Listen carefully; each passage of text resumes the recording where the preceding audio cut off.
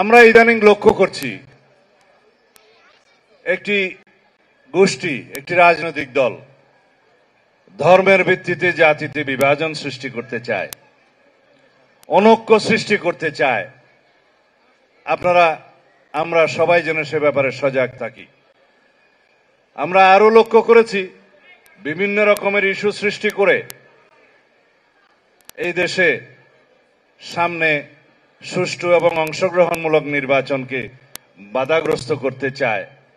আমরা আপনাদের সামনে স্পষ্ট একটা উচ্চারণ করি, বাংলাদেশে এখন নির্বাচনী আমেজ বিরাজ করছে। বাংলাদেশের মানুষ ভোটের প্রচারে নেমে গিয়েছে। সকল প্রার্থী যারা ইলেকশন করবেন বলে আশা করছেন সবাই গণসংযোগে নেমে গিয়েছে। এখন যারাই নির্বাচনকে বাধাগ্রস্ত করার চেষ্টা করবে, যারা বিভিন্ন ইস্যু সৃষ্টি করার মধ্য দিয়ে নির্বাচনকে বিলম্বিত করার চেষ্টা করবে, তাদেরকে দেশের জনগণ চিহ্নিত করবে। আমরা লড়াই সংগ্রাম করেছি বিগত 16 বছরে আমাদের গণতান্ত্রিক অধিকার, ভোটের অধিকার ফিরিয়ে আনার জন্য, ভোটের অধিকার প্রয়োগ করার জন্য। যেই নির্বাচনের দিন তারিখ ঘোষণা এখনো হয়নি, যেই নির্বাচনের একটি সময়সীমা ঘোষণা হয়েছে, তারপর থেকে আমরা লক্ষ্য করলাম এই নির্বাচন যাতে বিলম্বিত হয় সেই প্রচেষ্টা চালু আছে কোন কোন মহল থেকে। এই নির্বাচন যাতে বাধাগ্রস্ত হয় সেই প্রচেষ্টাও চালু আছে কোন কোন মহল থেকে।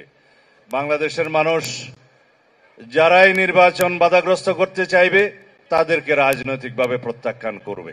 আমাদের দলের পক্ষ থেকে আমাদের দলের সকল নেতা কর্মীকে আহ্বান জানাই, যতদিন পর্যন্ত এই দুর্গোৎসব পরিচালিত হবে বা দুর্গোৎসব অনুষ্ঠিত হবে সারা বাংলাদেশে, আমাদের সকল নেতা কর্মী এই অনুষ্ঠানকে পাহারা দিবে, নিরাপত্তা দিবে।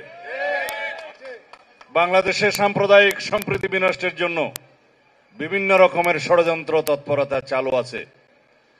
আমরা সেই ষড়যন্ত্রকে অতীতেও কার্যকর হতে দেইনি, সামনেও এই ষড়যন্ত্র সফল হবে না। সেজন্য সিটিজেনের সমস্ত অধিকার সাংবিধানিকভাবে যা উল্লেখ করা হয়েছে সেটা কার্যকরভাবে প্রয়োগ করাই হবে আমাদের লক্ষ্য। আমাদের সংবিধানে ধর্মের ভিত্তিতে কোনো বৈষম্য নাই, আর্টিকেল 28, এবং সমস্ত ধর্মের উপাসনালয় কার্যক্রম এবং প্রচার স্বাধীনতা আছে, আর্টিকেল 41। কিন্তু কার্যকরভাবে এটার প্রয়োগ আমরা নিশ্চিত করব।